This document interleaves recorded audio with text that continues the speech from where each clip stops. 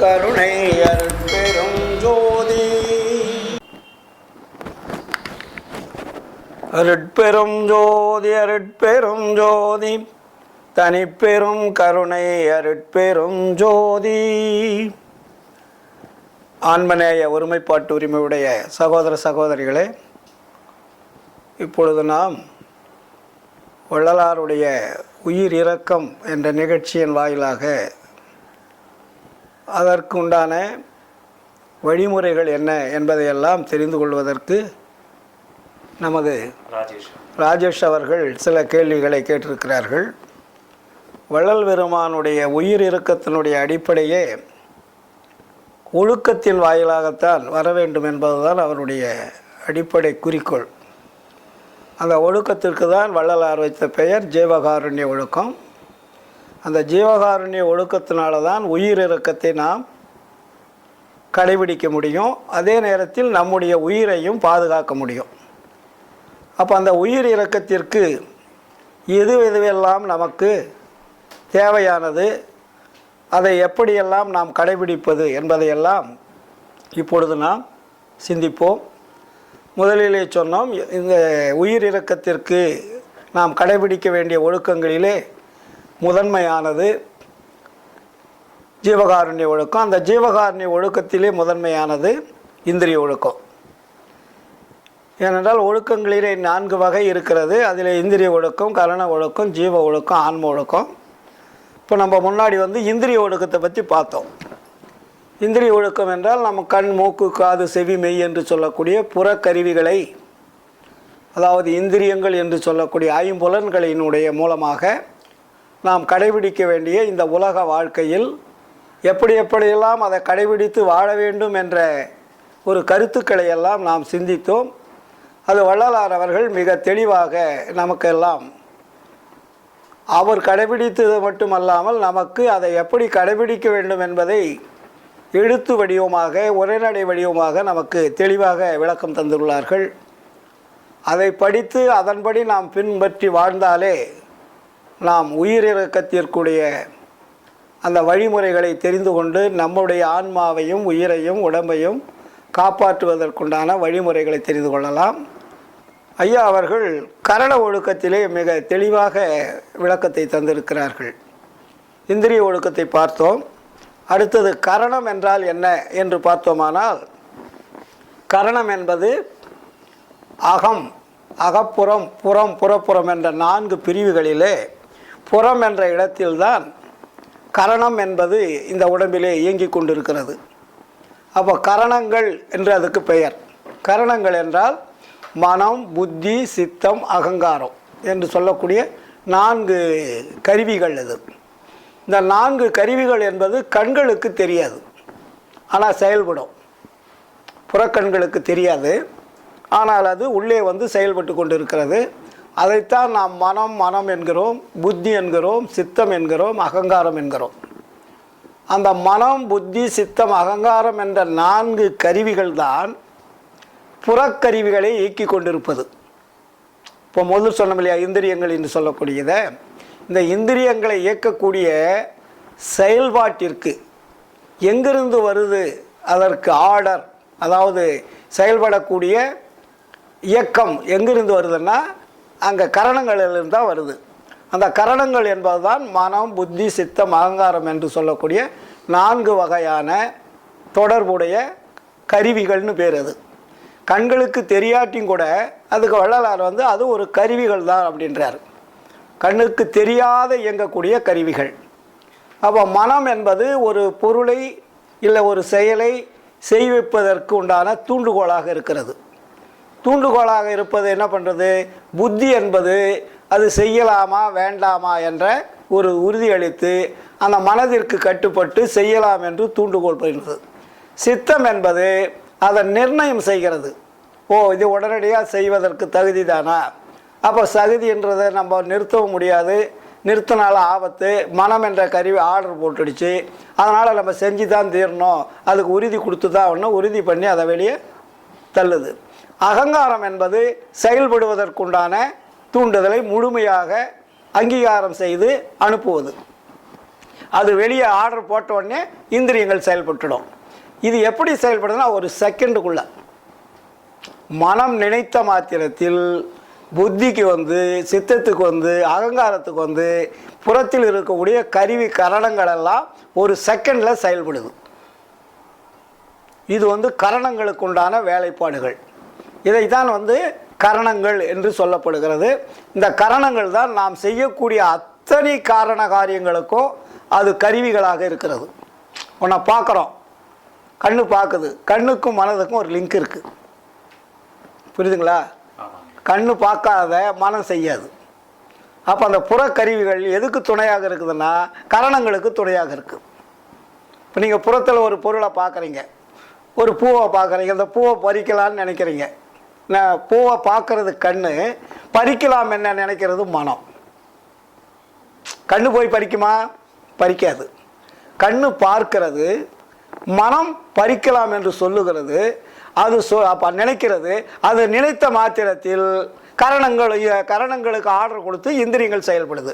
உடனே என்னாவது, நம்ம கால் போகுது, கை போய் அந்த பூவை பறிக்குது, உடனே அதை பறித்து எடுத்துருது. அந்த செயல் வந்து ஒரு முழுமைப்படுது. அப்போ ஒரு செகண்டுக்குள்ளே இது நடக்குது. இது எல்லாமே கரணங்களுடைய வேலை தான். நாம் செய்யக்கூடிய அத்தனை செயல்களுக்கும் இந்த புறத்தில், இந்த உலகத்தில் வாழ்வதற்கு எல்லாமே அந்த கருவிகள் எது என்று பார்த்தால் கரணங்கள் தான். அதனால தான் மனதை அடக்கணும்னு சொல்லிட்டு ஞானிகளெல்லாம், பல ஞானிகளெல்லாம் அதுக்கு வழிமுறைகளை எல்லாம் சொன்னாங்க. மனதை அடக்கலாம் எல்லாத்தையும் அடைக்கலாம் அப்படின்னு சொன்னாங்க. மனதை அடக்க முடியுமான்னா அடக்க முடியாது. ஏன்னா மனதுக்கு மின்சக்தியானது உள்ளிருந்து வந்துக்கிட்டே இருக்கும், ஜீவன்லேருந்து வந்துக்கிட்டு இருக்கும். ஒரு சக்தி வந்து நம்ம மனசுக்கு வந்துக்கிட்டே இருக்கும். ஆன்மாவிலிருந்து ஜீவனுக்கு வந்து, ஜீவன்லேருந்து மனதுக்கு வந்துக்கிட்டு இருக்கும். அப்போ மனதை ஏன் அடக்க முடியாதுன்னா அது சக்தி இழந்தால் தான் அது அடங்கும். சக்தி என்பது வந்து கொண்டு இருக்கிற வரையில் மனம் என்பது அடங்காது. ஏதாவது ஒரு வகையில் அது செலவு பண்ணிக்கிட்டே இருக்கும். மனம் வந்து எப்பயுமே அடங்காது, நிற்காது. ஏன்னா அதுக்கு எனர்ஜி என்பது வந்து கொண்டே இருப்பதால் அதில் செயல்பட்டுக்கிட்டே இருக்கும். அதனால தான் செத்தாதான் மனது நிற்கும். செத்தாதான் என்ன, உயிர் அடக்கம் கொண்டால் மனம் நின்று போயிடும். ஏன்னா உயிரினுடைய சக்தி மனதுக்கு வரும். அப்போ உயிரினுடைய சக்தி குறையும் போது மனம் என்பது செயல்படாது. உயிர் இருக்கின்ற வரையில், ஆன்மா இருக்கின்ற வரையில் மனம் என்பது செயல்பட்டு கொண்டே இருக்கும். அப்போ அந்த மனதை எப்படி அடக்குவது அப்படின்றது பல ஞானிகள் பலவிதமான வழிகளை நமக்கு சொல்லியிருக்காங்க முன்னாடி இருந்தவங்களாம். அப்போது மனதை அடக்க முடியுமா அப்படின்றால் முடியவே முடியாதுன்றார் வள்ளலார். மனதை அடக்க முடியாது, மாற்ற முடியும்னாரு. புரியுதுங்களா?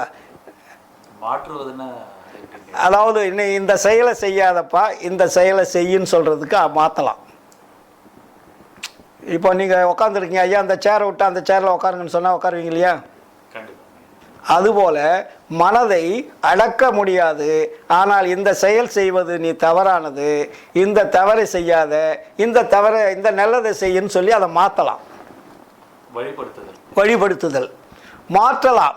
மாற்ற உடனே அதுக்கு பிடிச்சாதான் அது செய்யும், இல்லாட்டி செய்யாது. அவ்வளோ பெரிய மனதுக்கு அவ்வளோ பெரிய அங்கீகாரம் கொடுக்கப்பட்டிருக்குது. நீ என்ன சொல்கிறது, நான் என்ன கேட்குறதுன்னு போகிறதான். மனம் போனெல்லாம் போக வேண்டாம்னு சொல்கிறாங்க இல்லையா? அப்போ அந்த மனதுக்கு யாருங்கய்யா அந்த, இப்போ நீங்கள் சொன்னீங்க இல்லையா, வழிபடுத்துதல்ன்ற ஒரு இதுக்கு வந்தீங்க. அப்போ அந்த வழிபடுத்துதல்ன்றது செய்கிறது யார்? எல்லாமே ஆன்மாவிலேருந்து தான் அந்த எனர்ஜி வருது. ஏன்னா இந்த புறத்தில் வாழ்ந்து இந்த ஜீவன் என்ற உயிர் என்னென்ன இந்த உலகத்தில் விரும்புகிறதோ அந்த விருப்பத்திற்கு தகுந்த மாதிரி மனதுக்கு அதிகாரம் கொடுத்து மனம் போனபடி போகக்கூடிய ஒரு சூழல் ஏற்பட்டது. காரணம் என்னன்னு கேட்டிங்கன்னா, உயிர்த்தன்மையானது விரும்புவது. அதனால தான் உயிர் இரக்கம் வேணும்னாரு. உயிர் வந்து கண்ட இடத்துல போய் ஆசைப்படக்கூடாது. உயிர் இரக்கம் வந்தால் மனம் அடங்கிடும். உயிர் இரக்கம் வராது இருக்கிற இல்லையோ மனம் வந்து ஆடிக்கிட்டே இருக்கும். அதனால தான் அதுக்கு ஜீவ ஒழுக்கன்னு போட்டார், கரண ஒழுக்கன்னு போடல. இந்த கரண ஒழுக்கன்னு வள்ளலார் அதை எழுதலை. இந்திரிய ஒழுக்கம்னு எழுதலை, ஆன்ம ஒழுக்கம்னு எழுதலை, ஜீவ காருண்ய ஒழுக்கம்னு எழுதினார். இப்போ 4 ஒழுக்கம்தான். ஆனால் அதுக்கு டைட்டில் எதை கொடுக்குறாரு? ஜீவகாருண்ய ஒழுக்கம். அப்படின்னா ஜீவன் என்றால் உயிர், காருண்யம் என்றால் இரக்கம், ஒழுக்கம் என்றால் காப்பாற்றுவது, இல்லைங்களா? அப்போ உயிரை காப்பாற்ற வேண்டுமானால் நீ எல்லாத்தையும் காப்பாற்றி ஆகணும். இந்திரியத்தையும் காப்பாற்றி ஆகணும், கரணங்களையும் காப்பாற்றி ஆகணும். ஒழுக்கத்தில் கொண்டு வந்தால் தான் நீங்கள் உயிரை காப்பாற்ற முடியும். அதனால தான் வள்ளலார் இங்கே இந்திரிய ஒழுக்கம்னு போட்டார். அப்போ அந்த இந்திரிய ஒழுக்கத்துக்கு மனதை கொண்டு போய் நீங்கள் கண்ட இடத்துல வைக்காதீங்க. அப்போ மனதை கொண்டு போய் எங்கே வைக்கணும்னு வள்ளலார் தான் நமக்கு தெளிவாக சொல்கிறாரு, வழிபடுத்துகிறாரு.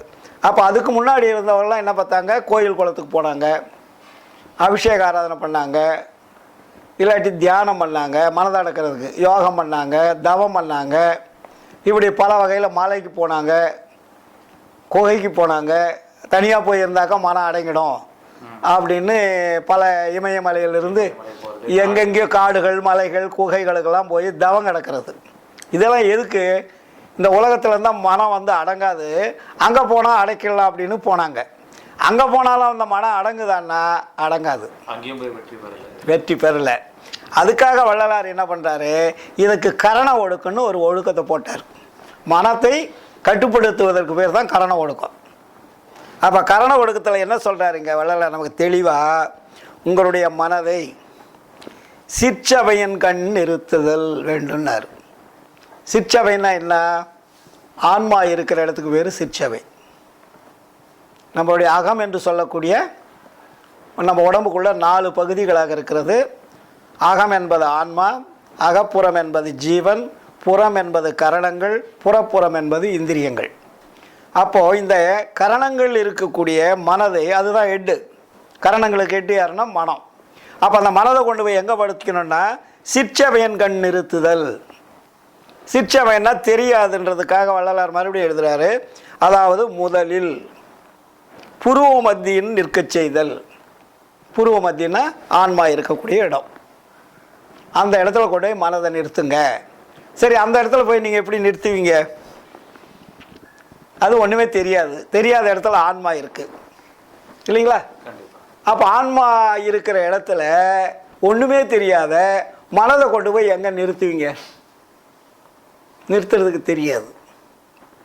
அதுக்காக தான் வள்ளலார் என்ன பண்ணார்? புறத்தில் ஒரு ஜோதி வச்சார். ஆன்மாவில் இருக்கக்கூடிய ஜோதியை ஒரு விளக்கமாக புறத்தில் வச்சார். புறத்தில் இருக்கக்கூடிய ஜோதி பார்த்துட்டிங்கன்னா இதே மாதிரி தாண்டா அகத்தில் இருக்குன்னு நமக்கு ஒரு மாடல் கொடுக்குறார். புறத்தில் ஏன் ஜோதி வழிபாடை வச்சார்? புறத்தில் இருக்கக்கூடிய ஜோதி என்பது அகத்தில் இருக்கக்கூடிய ஆன்மாவின் தன்மை உடைய மாதிரி ஒரு மாடல் ஃப்ரேம், ஒரு வடிவம். அந்த வடிவத்தை பார்த்து பழகிட்டினா நீ ஆன்மாவில் கொண்டு போய் மனதை நிறுத்துறதுக்கு வசதியாக போயிடும். அதனால் என்ன பண்ணுறாரு வள்ளலார் நமக்கு? முதல்ல வந்து ஒரு அகல் விளக்கு, அகல் கண்ணாடி, 4 சதுர கண்ணாடி வச்சு அதில் அகல் விளக்கு வச்சு அதை முதல் வழிபாடு பண்ணுங்கன்னாரு. வழிபாடுன்னா நினைத்தல் பார்த்தல்னு பேர். வழிபாடுனாக்கா உடனே அதுக்கு போய் அபிஷேக ஆராதனை பண்ணுறதுலாம் இல்லை. இப்போ நம்ம உருவங்களுக்கு தான் நம்ம அபிஷேக ஆராதனைலாம் பண்ணிகிட்ருக்குறோம், இல்லைங்களா? ஆனால் ஜோதிக்கு போய் நீங்கள் எப்படி அபிஷேக ஆராதனை பண்ணுவீங்க? பண்ணக்கூடாது, பண்ண முடியாது, பண்ணால் அது அழிஞ்சு போயிடும், அழிஞ்சு போயிடும். ஆமாம், அதுதான் இப்போ நான் அடிக்கடி சொல்கிறது என்னென்னா, இப்போ அந்த ஜோதி வந்து இப்போ நம்ம வீட்டில் வச்சு வழிபாடு பண்ணுறோம். அப்போ அந்த ஜோதிக்கு கூட நம்ம சன்மாரிகள் என்ன பண்ணுறாங்கன்னா அதுக்கு ஒரு அலங்காரம் பண்ணுறாங்க.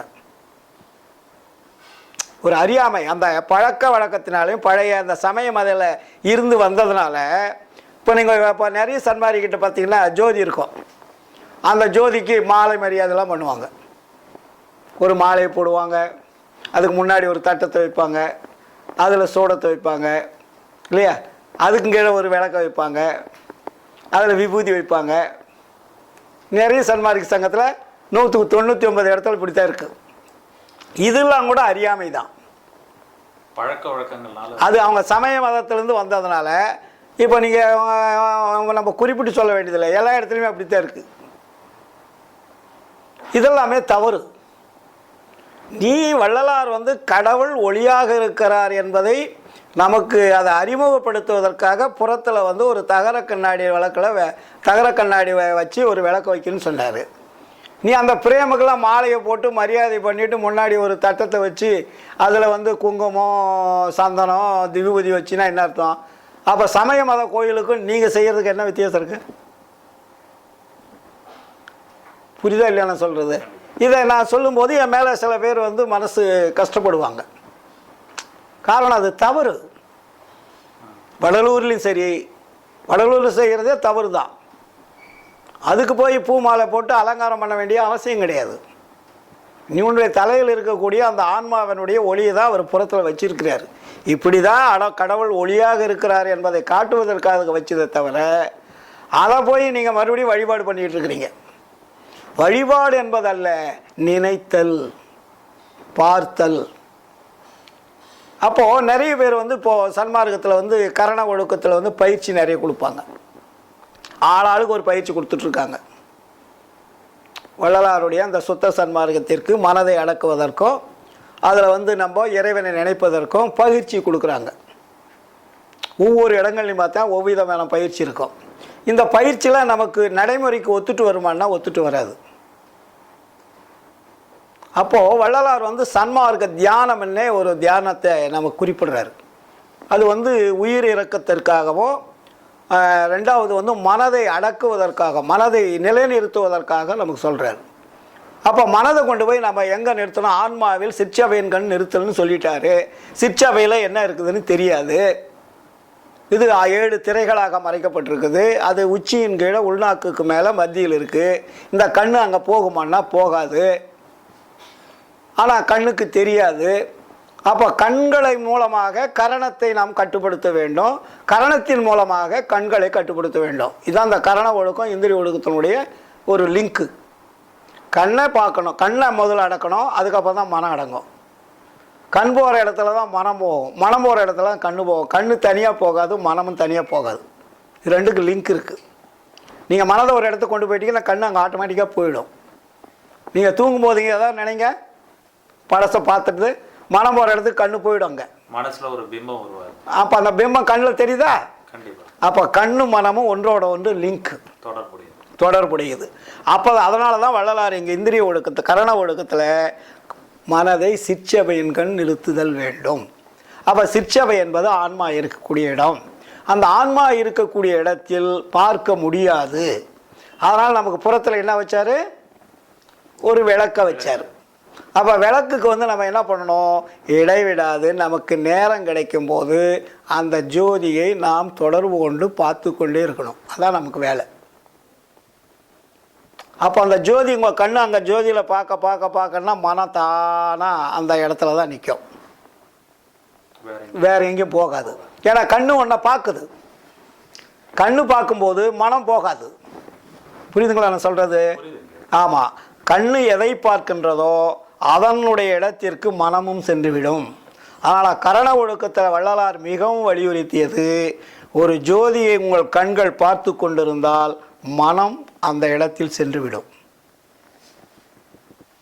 கண்ணை மூடிக்கிட்டு பண்ணக்கூடாது. இப்போ ஜோதியை வச்சுட்டு நீ கண்ணை மூடிக்கிட்டு பண்ணினா பழைய குப்பைகள் தான் வரும், பழைய நிலவுகள் தான் வரும். இப்போ நிறைய பேர் சன்மார்க்க சங்கங்களில் ஜோதி வச்சுருவாங்க. தியானம் சொல்கிறேன், ஒரு 2 நிமிஷம் 3 நிமிஷம் பண்ண கண்ணை முடிங்கன்னுவாங்க. அது அறியாமை. ஜோதி எதுக்கு வச்சார் வள்ளலார்? பார்ப்பதற்கு தான் வச்சார். அப்போ நம்ம இடைவிடாமல் அந்த ஜோதியை நாம் பார்த்து கொண்டு இருக்க அந்த ஒளியினுடைய ஒரு சங்கிலி தொடர் போல நம்முடைய கருவிழிக்கும் அந்த ஜோதிக்கும் ஒரு லிங்க் கிடைக்கும். ஒரு லிங்க், அது ஒரு மின்னல் மாதிரி வரும். நீங்கள் பார்த்து பாருங்கள், தெரியும் உங்களுக்கு. அதுக்கும் ஒரு கம்பி போல் ஒரு தொடர்பு ஏற்பட்டுக்கிட்டு இருக்கும். அந்த தொடர்பு ஏற்பட்டால் தான் உங்கள் கண் அந்த ஒளியை நேராக பார்க்குதுன்னு அர்த்தம். அந்த தொடர்பு வரலன்னா நீங்கள் கண்ணாடியில் இருக்கக்கூடிய விளக்க சரியாக பார்க்கலன்னு அர்த்தம். ஆமாம், மனம் வந்து பார்த்தீங்கன்னா வேற எங்கேயோ போயிடுதுன்னு அர்த்தம். ஆமாம், அதே தான், கரெக்டு. அப்போது அந்த ஜோதியை இடைவிடாமல் நீங்கள் பார்த்து கொண்டு இருக்கின்ற பொழுது அந்த கண்ணுக்கும் அந்த ஒளிக்கும் ஒரு நீண்ட ஒரு மெல்லிய கோடு வரும். நீங்கள் பார்த்தீங்கன்னா சூரிய வெப்பம் காலையில் வரும்போது எப்படி கதிர் வருது, கதிர் மாதிரி இருக்கும். அப்போது அந்த அந்த வெப்பத்திலிருந்து அந்த ஒளியிலிருந்து ஒரு கதிரானது நம்மளுடைய கதிர் கண்கதிருக்கும் அந்த கதிருக்கும் ஒரு லிங்க் கிடைக்கும், தொடர்பு கொடுக்கும். அதை நீங்கள் பார்க்க பார்க்க பார்க்க பழக பழக பழக மனமானது ஒளியவே பார்த்து பார்த்து பழகிடும். இதுதான் கரண ஒழுக்கத்தினுடைய அடிப்படை. அதை பார்த்துட்டா என்ன ஆகும்னா அது வந்து முதிர்ச்சி அடைய அதுக்கு கூட ஜீவகாருண்யம் என்ற ஒரு செயல்பாடு புறத்தில் பண்ணிக்கிட்டே இருக்கணும். முதலில் இடைவிடாது ஒளியை வழிபாடு செய்யுங்கள். இரண்டாவது, நமக்கு நேரம் கிடைக்கும் போது உயிருக்கு இரக்கம் காட்டுங்கள், உயிருக்கு உபகாரம் செய்யுங்கள், உயிரினுடைய துன்பங்களை போக்குங்கள். இந்த ரெண்டும் கண்ணுக்கும் மனதுக்கும் உண்டான லிங்க்கு. புரியுதுங்களா? அப்போ ஏன் ரெண்டு போட்டாரு? இந்திரியத்தையும் கரணத்தையும் அடக்குவதற்கு இரண்டு வழிகள். ஒன்று ஜீவகாருண்யம், இன்னொன்று பரோபகாரம். ஜீவகாருண்யம், இன்னொன்று சத்துவிச்சாரம். சத்துவிச்சாரம்னா இறைவனை இடைவிடாது தொடர்பு கொள்வதுன்னு பேர். அப்போது இங்கே நீங்கள் மனதை கொண்டு போய் எங்கே வைக்கணும்? இறைவனுடைய இடத்துல தொடர்பு வைக்கணும். கண்ணு அங்கே போயிடுது. அப்போ அதே மாதிரி இந்த இந்திரியங்கள் வந்து ஜீவகாருண்யம் செய்யும்போது மனமும் அங்கே ரெண்டும் வந்துடும். மனமும் கண்ணும் பிரியாது. புரியுதுங்களா? அப்போ ரெண்டும் வந்து இரண்டு வழிகள். இந்திரிய ஒழுக்கத்துக்கும் கரண ஒழுக்கத்துக்கும் தான் இதை சொன்னார். சத்துவிச்சாரம் என்பதும் பரோபகாரம் என்பதும் இரண்டு வழிகள். இந்திரியங்களையும் கரணங்களையும் கட்டுப்படுத்தி அந்த தொழிலை செய்வதற்குண்டான வாய்ப்பை உருவாக்குவதற்குண்டான பேர் தான் ஒழுக்கம். அதனால தான் கரண ஒழுக்கத்தில் ரொம்ப ஸ்ட்ராங்காக வள்ளலார் இங்கே சொல்கிறாரு, சிற்சபை என்கள் மனதை செலுத்துங்கள். இப்போ சொன்னது புரியுதுங்களா? அப்போ அந்த சிற்சபை என்பது ஒளியை இடைவிடாமல் முதல் பார்த்து பார்த்து பழகிட்டிங்கன்னா அதுக்கப்புறம் தான் அந்த திரைகள் கொஞ்சம் கொஞ்சமாக நீங்கி அகத்தில் இருக்கக்கூடிய ஆன்மா இதே கண்களுக்கு தெரியும். அதுவரையும் நீங்கள் பயிற்சி எடுக்கணும். இப்போ உள்ளே இருக்கக்கூடிய ஆன்மா உங்கள் கண்ணுக்கு தெரியும்னா பிம்பம் தான் நீங்கள் பார்த்துட்டு சும்மா மாடல் தான் பார்த்துட்டு இருக்கிறீங்க. இந்த ஒளி தன்னைத்தானே மறைந்து விடும். நீங்கள் இடைவிடாது பார்த்துக்கிட்டே இருங்க. இதில் இயற்கை உண்மையோட நம்மளுடைய எண்ணங்களை சிதற விடாமல் அந்த கருவிழிகளும் நம்மளுடைய மனமும் அங்கே செல்லுகின்ற பொழுது அதனுடைய கம்பி, அதனுடைய தொடர்ச்சி, அதனுடைய லிங்க்கு, அதனுடைய வளையமானது நம்ம கண்ணுக்கு நேராக பாய பாய பாய பாய தொடர்பு கொள்ள என்ன ஆகும்? அப்போ தான் அந்த திரைகளெல்லாம் ஒன்றொன்னா கரையும். கரைகின்ற பொழுது ஆன்மாவில் இருக்கக்கூடிய ஒளி நமக்கு அப்பொழுது நினைத்த மாத்திரத்தில் தெரியும். ஆன்ம ஒளி தெரிய ஆரம்பிச்சிடும். அப்போ அந்த ஆன்ம ஒளி தெரிஞ்சாதான் நீங்கள் உண்மையான சுத்த சன்மார்க்கி என்பது பொருள். நீங்கள் இறைவனை தொடர்பு வைக்கிறதுக்கு உண்டான தகுதியானவங்கன்னு பொருள். இது ஒரு அடிப்படை உண்மை. அதான். அது இல்லாத நீங்கள் வந்து சூனியமாக நீங்கள் வெளியிலேயே சுற்றிக்கிட்டு நானும் வந்து ஜீவகாருண்யம் பண்ணுறேன், நானும் சாப்பாடு போடுறேன், நானும் வந்து டோராக டெலிவரி பண்ணுறேன்றது பூரா அது புறத்தில் இருக்கக்கூடிய சின்ன சின்ன கறி வேலைகள். புரியுதுங்களா? அது செஞ்சாலும் இந்த சத்விச்சாரம் என்பதெல்லாம் ஆழமாக நம்ம இருக்கணும். அதனால தான் வள்ளலார் வந்து சத்விச்சாரம் என்பது மிக மிக அவசியமானது. இப்போ சன்மார்க்கிகள்லாம் ஜீவகாருண்யத்தை கடைபிடிக்கிறாங்க, சோறு போடுறதுல மட்டும்தான் அதுவும். ஆனால் சோறு போடுறதுலேயே எத்தனை இருக்குது? துன்பத்தில் பல வகையில் நமக்கு பிரிக்கிறார். மனம், புத்தி, சித்தம், அகங்காரம், ஆச்சரியம் சொல்லக்கூடிய அந்த கரணங்களில் துன்பங்கள் வந்து தான் உள்ளே போய் நமக்கு பதியுது. அந்த துன்பங்கள் என்ன? பசி, பிணி, தாகம், இச்சை, எளிமை, பயம், கொலை, 7 விதமான துன்பங்கள் வருது. அப்போ 7 விதமான துன்பங்களில் நீங்கள் ஒரு துன்பத்தை தானே போக்குறீங்க, பசி. அப்போ இன்னும் 6 துன்பத்தை யார் போக்குறது? புரியுதுங்களா? அப்போ பசி என்பது ஒன்றினால் மட்டும் நீங்கள் ஆன்ம லாபத்தை பெற முடியாது. அது பேசிக். புரியுதுங்களா? அதற்கு மேலே விசாரம் என்ற இறைவனை இடைவிடாது தொடர்பு கொள்ளக்கூடிய அந்த தொடர்பு தான். அதை தான் வள்ளலார் சொல்வார், நான் மறந்தேன் எனினும் எனைத்தான் மறவான் எனது நாயகன் என்று ஆடுகின்றேன், இதுவரையில் ஊன் மறந்தேன் உயிர் மறந்தேன் உன்னை மறந்தறியேன், மறந்தால் உயிர் விடுவேன் கணம் தரியேன்னார். புரியுதுங்களா? அப்போது இந்த பக்கம் இரக்கம் நீங்கள் என் உயிர் நீங்கும்ன்றார். இரக்கம் இல்லை என்றால் இந்த உடம்பில் உயிர் இல்லை. ஒரு வார்த்தை சொல்கிறார். இங்கே என்னன்றாரு விசாரத்தில், நான் மறந்தேன் எனினும் என்னை தான் மறவான் எனது நாயகன் என்று ஆடுகின்றேன். இதுவரையில் ஊன் மறந்தேன், உயிர் மறந்தேன், உன்னை மறந்தறியேன். அப்போது எல்லாத்தையும் நான் மறந்துட்டேன், ஆனால் இருந்தாலும் உன்னை நான் மறக்கலை. ஏன்? நீ என்னை மறக்கவில்லை என்பதை நான் உணர்ந்தேன். என்னை மறக்கலைன்னா என்ன? என்னுள் இருந்து, என்னுடைய உடம்புக்குள் இருந்து, ஆன்மாவாக இருந்து உயிரையும் இந்திரியங்களையும் கரணங்களையும் இயக்கி கொண்டிருப்பது நீதான் என்பதை நான் புரிந்து கொண்ட பிறகு நான் எப்படி மறக்கிறது? அப்படி நான் மறந்தா முட்டாளா அறிவாளியா? உண்மை தெரிஞ்சு போச்சு. எந்த உடம்பை இயக்கக்கூடியவன் இறைவன் தான். அந்த இறைவன் தான் ஆன்மா சிற்றன் வடிவமாக இருந்து இயங்கிக் கொண்டிருக்கிறான்.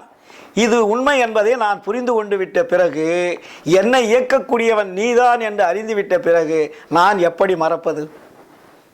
அப்படி மறந்தால் நான் மனிதன் அல்ல, ஜீவன் அல்ல, நான் ஒரு சராசரி மிருகத்திற்கு சமமானன்னு அர்த்தம்.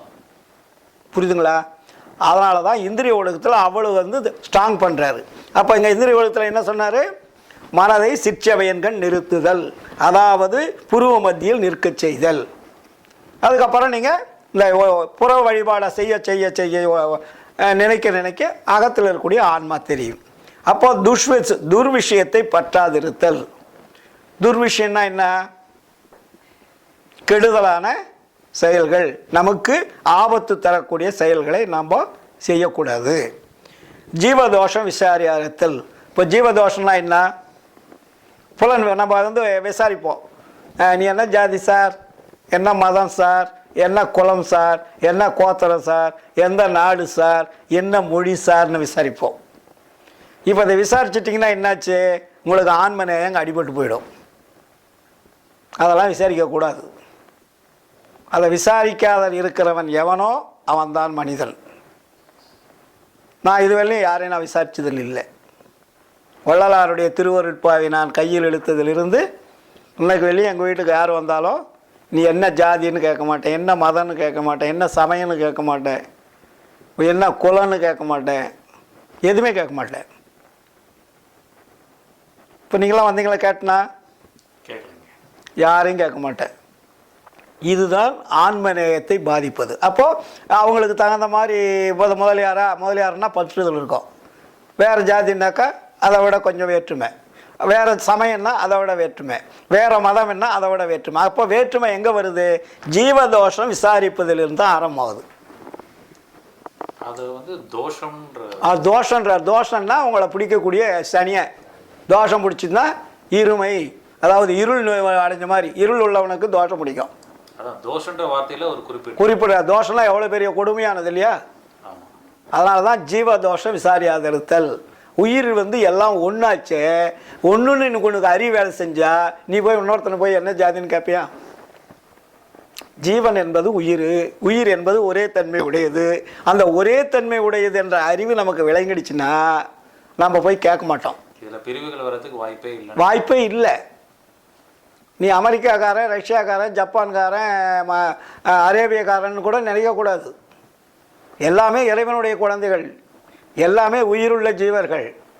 அப்போ உயிருள்ள ஜீவன்களுக்கு ஜாதி மத பேதம் கிடையாது. புரியுதுங்களா? இறைவன் ஜாதி மத பேதம் வச்சா உயிரை கொடுத்துருக்கிறாரு. இந்த உலகத்துக்கு ஜாதி மத பேதம் இருக்கா? இல்லை மழைக்கு ஜாதி மத பேதம் இருக்கா? சூரியனுக்கு ஜாதி மத பேதம் இருக்கா? சந்திரனுக்கு இருக்கா? உலகத்துக்கு எல்லாத்துக்குமே அது பொதுவாக தானே கொடுத்துட்ருக்குது. அப்படி இருக்கும்போது நீ ஒரு குறுகிய வட்டத்துக்குள்ளே நீ ஜாதி மத இனத்தை ஏன் பிரிச்சுக்கிட்டு இருக்கிற?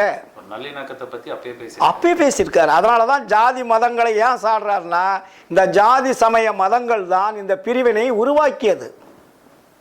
புரியுதுங்களா சொல்கிறது?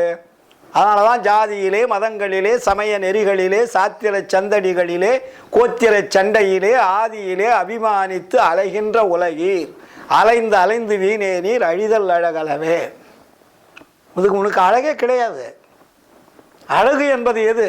ஜாதி சமய மத இன என்ற வேறுபாடு இல்லாது இருப்பது தான் உனக்கு அழகு. நான் அழகாக இருக்கிறேன்னா அது அழகு அல்ல. நான் ஜாதியற்றவன், மதமற்றவன், இனமற்றவன், மொழியற்றவன், தேசமற்றவன், எல்லாம் ஒன்றென்று நினைக்கக்கூடிய உரிமை உள்ளவன் என்று எவன் நினைக்கிறானோ அவன்தான் அழகுள்ளவன். அவனைத்தான் இறைவன் ஏற்றுக்கொள்வார். மற்றவர்களை இறைவன் ஏற்றுக்கொள்வதில்லை, அதுக்குண்டான தகுதியும் கொடுப்பதில்லை. அதனால தான் உயிர் இரக்கம் என்பது, ஜீவ தோஷம் என்பது, ஜீவகாருண்யம் என்பது ரொம்ப ரொம்ப முக்கியம். சும்மா இந்த உயிர் கொலை செய்கிறது, புலால் சாப்பிட்றது மட்டுமல்ல, அவ்வளவு உட்பிரிவுகள் இருக்கிறது. நம்ம புலால் சாப்பிட்றவனை மட்டும் சொல்கிறோம், உயிர் கொலை மட்டும்னு சொல்கிறோம். எல்லாத்துலேயுமே விஷயங்கள் இருக்குது. அதனால தான் இங்கே ஜீவதோஷம் விஷாதியாரத்தல்னு ஒரு வார்த்தை போட்டார். அடுத்தது என்ன சொல்கிறாரு? தன்னை மதியாதிருத்தல்.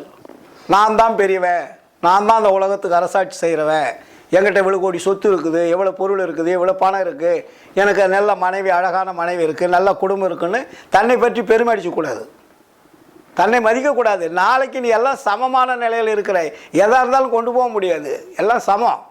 நீ சேர்த்து வச்சிருந்தனால நீ உனக்கு பெருசுன்னு நினைக்காத. எல்லாமே ஒரு நாளைக்கு நம்ம விட்டு செல்லுவது.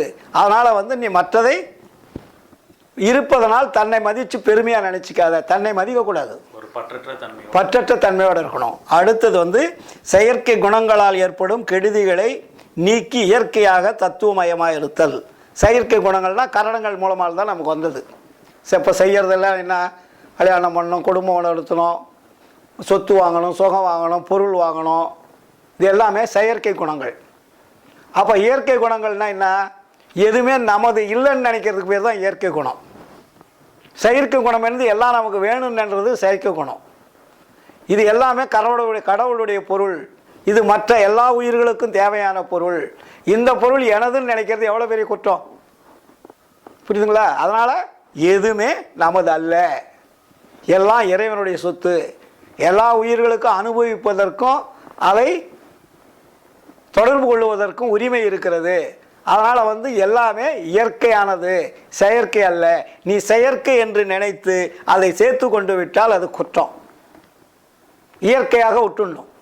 அது எப்படி இருக்குதோ அப்படி விட்டுரு, பிரச்சனை முடிஞ்சிருச்சு. அடுத்தது பிறர் மீது கோபியாதிருத்தல். அப்போ அந்த கோபியாதிருத்தா கோபம் கொள்ளக்கூடாது. கோபம்னா என்ன? கோபமும் காமமும் குடிகெட்டு போயிற்று, கொடிய ஒரு அகங்காரம் பொடி பொடி ஆயிற்றுன்னுவார். அப்போ கோபம் என்பது ஒரு மனிதனை அழிக்கக்கூடிய கருவிகள், புரியுதுங்களா? கோபமே வரக்கூடாது. கோபம் தன்னை அழிக்கும், மற்றவர்களே அழிச்சிடும். கரண ஒழுக்கத்தில் பார்த்தீங்கன்னா ஒரு முக்கியமான பயங்கரமான விஷயம், அது ரொம்ப முக்கியமான, ரொம்ப முக்கியம். கோபம் கொள்ளாது. ஆமாம், இது இந்த கரணங்களில் தான் இவ்வளவு விஷயமும் நம்ம செயல்பட்டு இருக்கிறோம். ஜீவனும் அமைதியாக தான் இருக்குது, ஆன்மாவும் உள்ள ஒளியாக தான் இருக்குது. செயல்படக்கூடியது எது? இந்திரியம் கரணங்கள் தான். அதனால தான் இந்த ரெண்டை ரொம்ப ஸ்ட்ராங் பண்ண சொல்கிறார் வள்ளலார், கரண ஒழுக்கம். அப்போ கரண ஒழுக்கம் என்பது என்ன? மனம், புத்தி, சித்தம், அகங்காரம் என்பதை தான் என்ன நினைக்கிறோமோ அதன்படி செய்யக்கூடிய ஒரு நிலைக்கு ஒழுக்கத்தில் கொண்டு வரணும், புரியுதுங்களா? அப்போது அது மாதிரி இந்த கரண ஒழுக்கம் என்பது மனதை தன்வசமாக மாற்றுவது. மனம் வெளியே போயிட்டுருக்குது, அது நம்ம சொல்கிற மாதிரி கேட்கணும், ஆன்மா சொல்கிற மாதிரி கேட்கணும், ஜீவன் சொல்கிற மாதிரி கேட்கணும். யார் சொன்னாலும் அது புறத்தில் அதை அலமோதக்கூடாது. அதனால தான் வள்ளலார் மனம் எனும் ஓர் பேய்க்குரங்கு மடப்பையிலே மற்றவர் போல் என நினைத்து மருட்டாதை கண்டாய், திணையளவும் அதிகாரம் செல்ல ஒட்டேன், யார் என இங்கு என நினைத்திருந்தாய், ஞான சபை தலைவனுக்கு நல்ல பிள்ளை நானே. அப்போ கடவுளுக்கு யார் நல்ல பிள்ளை? நான் தான். இறைவன் என்னை நல்ல பிள்ளையாக தேர்ந்தெடுத்ததினால் நான் உங்களுக்கு சொல்கிறேன், நீங்களும் நல்ல பிள்ளையாக வரலாம். எனக்கு மட்டும் இறைவன்கிட்ட உரிமைன்னு நினைக்காதீங்க, எல்லாருக்கும் உரிமை உடையவன் இறைவன், இல்லைங்களா? அப்போ எல்லோருக்கும் உரிமையுடைய இறைவனை நீங்கள் பொதுவாக பார்க்க வேண்டுமே தவிர சுயநலத்தோடு பார்க்கக்கூடாது. அதனால தான் இங்கே பிறர் மீது கோபியாதிருத்தல். பிறர் மேலே நம்ம கோபம் வர வேண்டிய அவசியம் என்ன? அப்போ உங்களுடைய சொல்லுக்கு அவங்க கட்டுப்படலை, உங்கள் பேச்சு கேட்கலை, உங்களுக்கு அடிமை ஆகலைன்னா கோபம் வருது. ஒரு நாட்டில் ஆடக்கூடிய அரசனாக இருந்தால் கூட என்ன சொல்கிறான்? அவன் அந்த நாட்டு மக்கள்லாம் தனக்கு ஓட்டு போடலைன்னா கோபம், தன்னை தேர்ந்தெடுக்கலைன்னா கோபம், சொன்ன பேச்சு கேட்கலனா கோபம். அப்போ என்ன ஆகுது? நாடும் அழிஞ்சு போயிடுது, மக்களும் கஷ்டப்படுறாங்க, தலைவனும் அழிஞ்சு போயிடுறான். அப்போ இதெல்லாம் எதையாக வருது? பிறர் மீது கோபம் வைக்கொள்ளாது. நமக்கு தேவையானது கிடைக்காத போது கிடைப்பதற்கு யார் தடையாக இருக்கிறாங்களோ அவங்க மேலாம் கோபம் வரும். கோபம் ஏன் வருது? நம்ம மனைவியே எடுத்துங்க, நம்ம ஒரு விருப்பத்தை செய்யலாம் கோபம் வரும். நம்ம நினைக்கிறது நடக்கலன்னா கோபம் வரும். நம்ம பையன் நம்ம சொன்ன பேச்சு கேட்கலாம் கோபம் வரும். ஏன்னா அவங்களுக்கு ஒரு உரிமை இருக்கிறது, அவங்களுக்கு ஒரு அறிவு இருக்கிறது, அவங்களுக்கு ஒரு தெளிவு இருக்கிறது. அப்படின்ற அவங்களுடைய உரிமையை நாம் பறிப்பது தான் கோபம். அந்த உரிமையை அவங்கக்கிட்ட விட்டுரு. அப்படி ஒருத்தரும் விட்டுட்டிங்கன்னா பிரச்சனைக்கு இடமே கிடையாது. ஏன் கோபம் வருது? ஒருவருடைய உரிமையை இன்னொரு பறிப்பதால் கோபம் வருது. ஒரு ஆதிக்க மனப்பான்மை. அப்போ அந்த ஆதிக்கம் என்பது எப்படி வருது? உனக்கு தேவைப்படுவது கிடைக்காது இருக்கின்ற பொழுது அது ஆதிக்கமாக மாறுது. அழிப்பக்கூடிய தூண்டுதல் ஏற்படுது. கோபம் வரும்போது என்னவா? அவங்க அழிக்கலான்ற என்ன வரும். அதனால தான் வள்ளலார் கோபம் கொடூரமானது. கோபப்படும் போது பார்த்தீங்கன்னா தன்னோட நிலையிலேருந்து மொத்தமாகவே மாறிடுறாங்க. ஆமாம், புதுசாக வேற ஒரு தேகம் கிடைச்ச மாதிரியும் வேற ஒரு உருவம் கிடைச்ச மாதிரியும் அவன் தன்னுடைய தன்மையிலிருந்து வேற ஒரு உருவமாக மாறிடுறான். அதனால தான் மிருகத்தன்மை வருதுன்னு சொல்கிறோம்ல. இப்போ அவன் கோபம் தான் மிருகண்டா அப்படின்னு இல்லை, சுயத்தன்மை இழந்துடுறான். கோபம் வரும்போது அவன் மனிதனாக இல்லாமல் மிருகமாக மாறிவிடுகிறான். அப்போ மிருக குணம் உள்ளவன் அவன் எப்படி வாழ்வான்? எப்படி அவன் கரணங்களை அடக்க முடியும்? அதனால தான் கரண ஒழுக்கத்தில் கோபத்தை அறவே நீக்கணும். மிக தெளிவாக நமக்கு சொல்கிறாரு. அதுக்கப்புறம் தனது சத்துருக்களாகிய தத்துவங்களை அக்கிரமத்தில் செல்லாது கண்டித்தல். இப்போ தத்துவங்கள்னா என்ன? நம்ம உடம்பை இயக்கக்கூடிய கருவிகள், முக்கியமான கருவிகளுக்கெல்லாம் வெறும் தத்துவங்கள். இப்போ நம்ம உடம்புல பார்த்தீங்கன்னா தத்துவங்கள் 96 தத்துவங்கள் இருக்குது. கொஞ்சம் எளிமையாக சொன்னீங்கன்னா. ஆமாம், இப்போ நம்ம தத்துவங்கள் உடம்புல இருக்கக்கூடிய முக்கியமான கருவிகள்னால் இப்போ கண் இருக்குது, காது இருக்குது, மூக்கு இருக்குது, உடம்பு இருக்குது, இதெல்லாமே கருவிகள். இந்த கருவிகளை இயங்குவதற்குண்டான உள்ளே இருக்கக்கூடிய பொருள்கள் எல்லாம் தத்துவங்கள்னு பேர். அதுக்கு இப்போ மூட்டு இருக்குது, கை இருக்குது, உறுப்புகள்னு எடுத்துக்கலாமா? உள்ளுறுப்புகள் தான். உள்ளுறுப்புகளில் முக்கியமானது. இப்போ 72,000 நரம்புகள் இருக்குது, நாடிகள் இருக்குன்னு சொல்கிறாங்க. ஆனால் இதில் 96 ரொம்ப முக்கியமானது. உள்ளுறுப்புகள் முக்கியமான உள்ளுறுப்புனா இம்பார்ட்டண்ட்டு.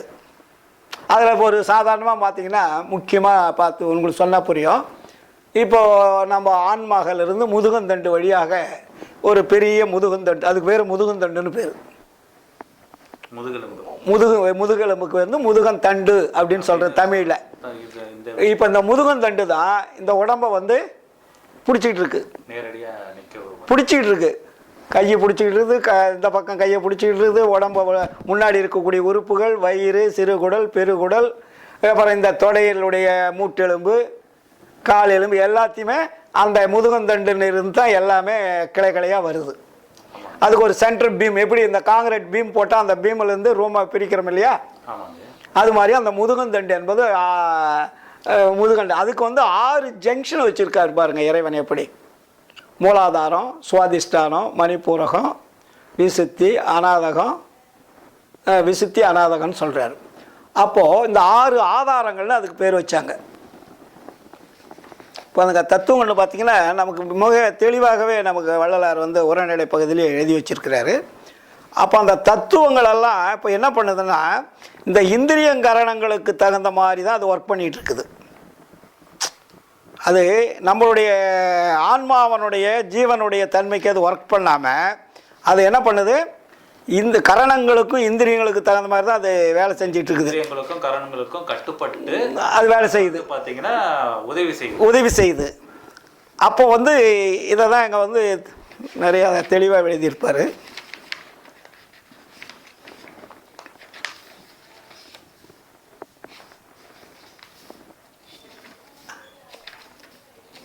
அதுக்கு பேர் தான் தத்துவங்கள். அந்த தத்துவங்களை என்ன சொல்கிறாருங்க, தன் வசமாக மாற்றணும். தனது சத்துருக்களாய தத்துவங்களை அக்கிரமத்தில் செல்லாது கண்டித்தல். ஏன்னா இப்போ நம்ம எல்லாமே அக்கிரமம்னா நம்ம உயிரை காப்பாற்ற முடியாமல் உயிரை அழிக்கக்கூடிய செயல் எதுவோ எல்லாமே அக்கிரமமான செயல்.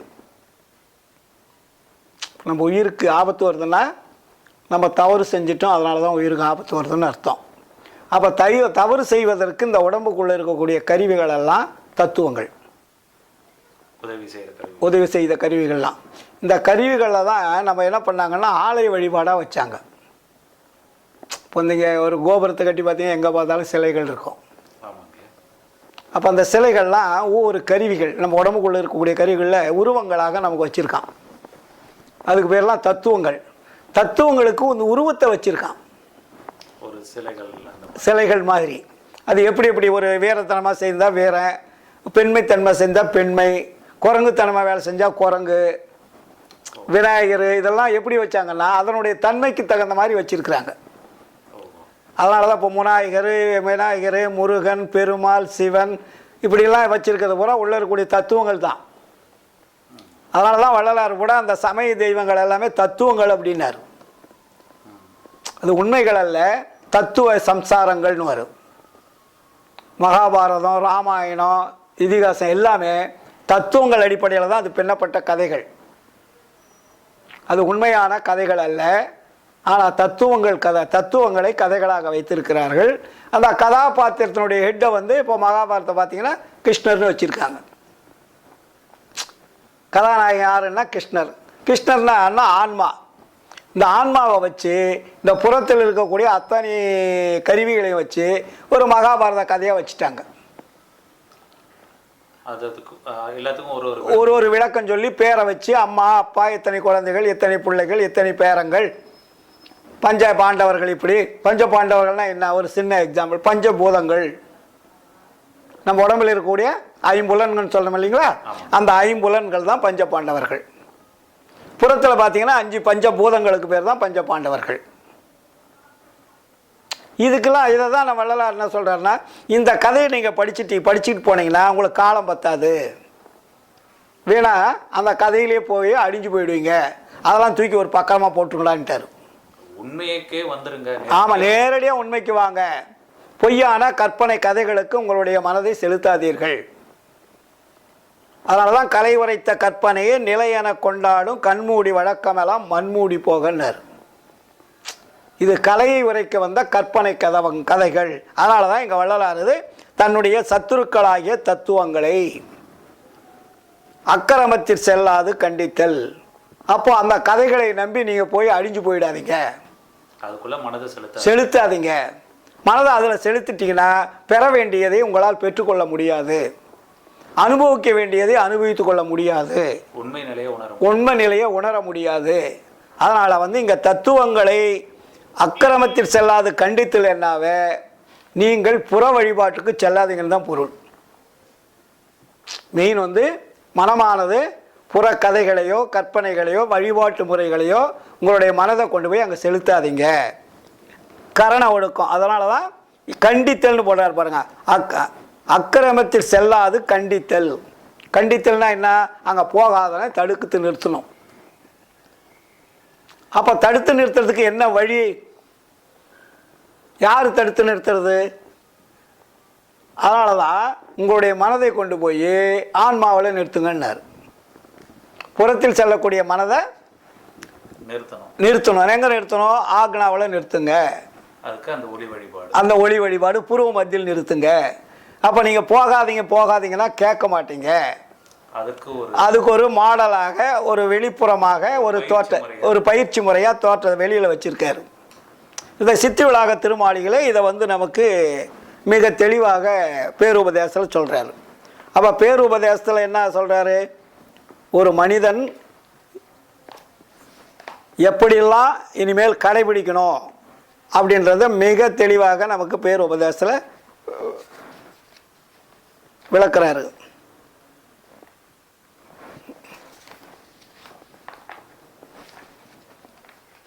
எங்கே போய் மாட்டிச்சு.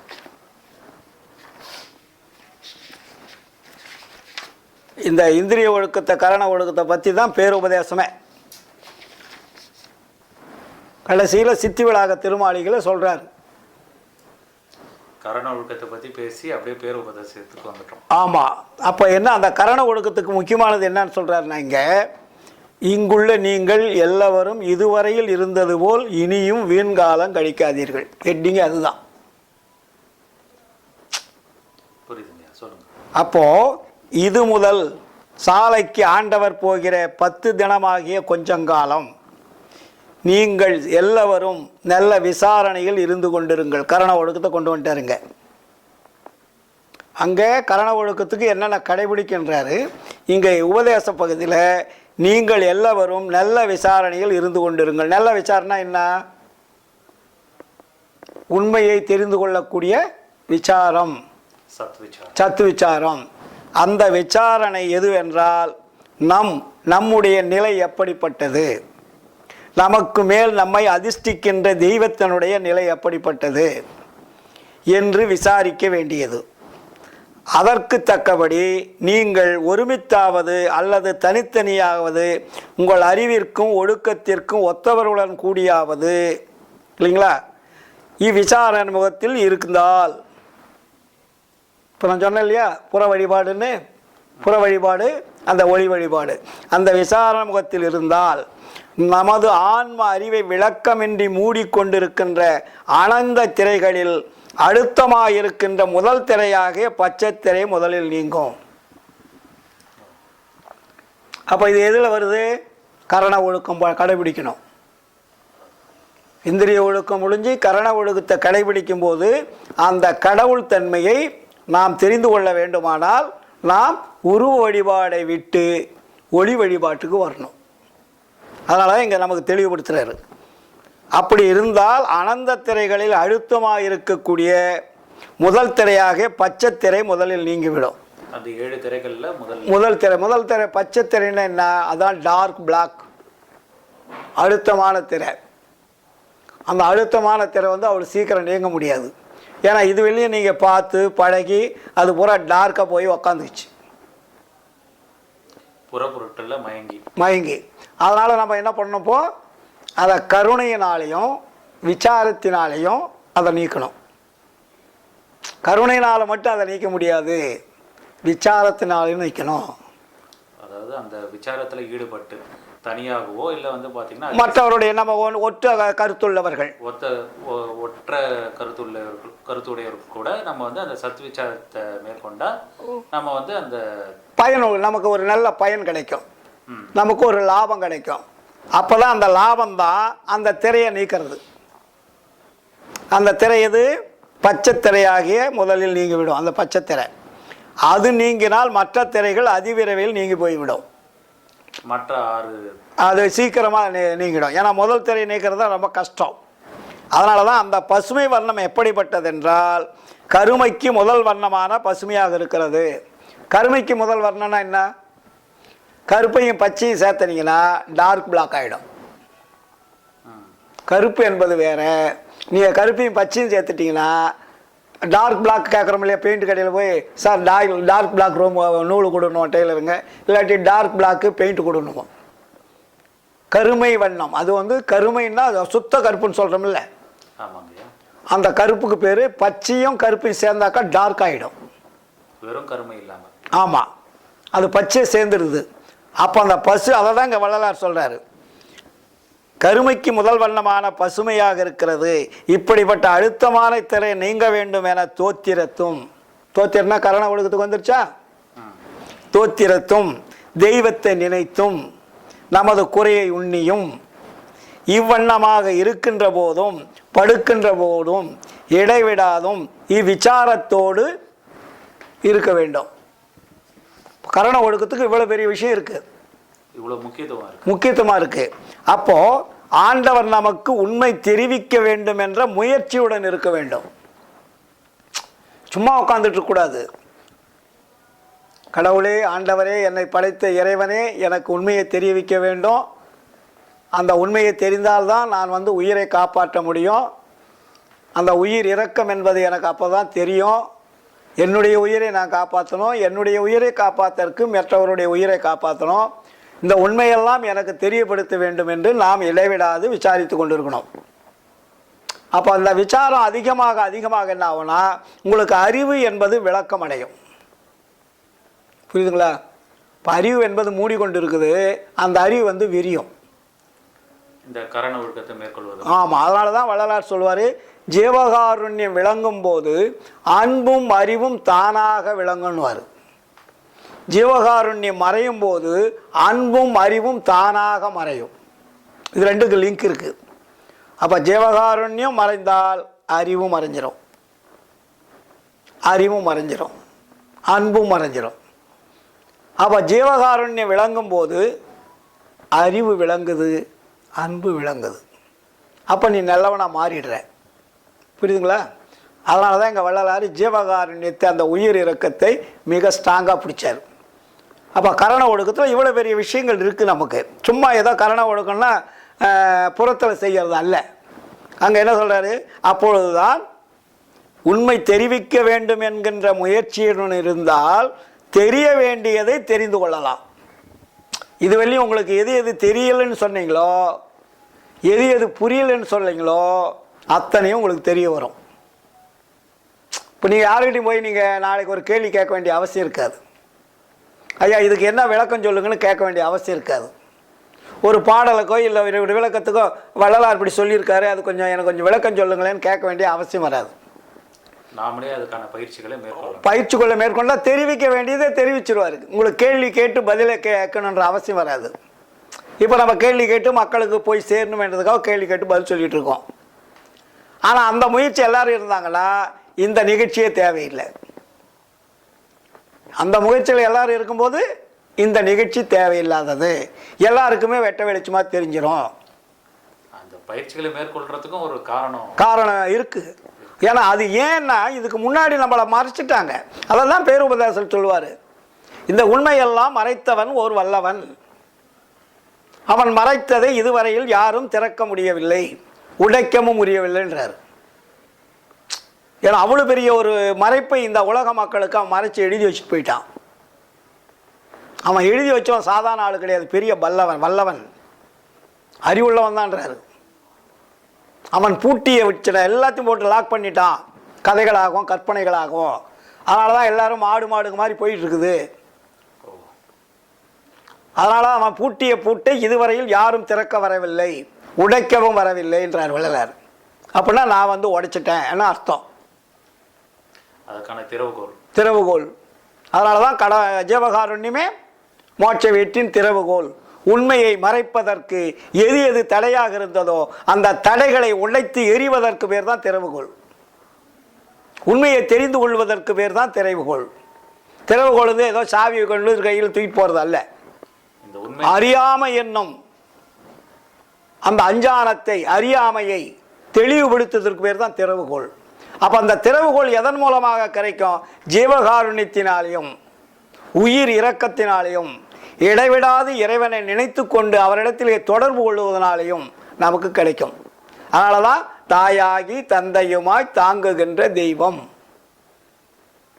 தனக்கு நிகர் இல்லாத தனித்தலைமை தெய்வம் இல்லையா? சேயாக எனை வளர்க்கும் தெய்வம் அதே தெய்வம். அது எங்கே இருக்குது? சிற்சபையில் விளங்குகின்ற தெய்வம் அதே தெய்வம். அப்போ சிற்சபையன்கள் மனதை செலுத்துங்கன்னு சொன்னார். அங்கே தாண்டா கடவுள் இருக்காரு. அது சிற்சபையில் விளங்குகின்ற தெய்வம் அதே தெய்வமாக இருக்கிறது.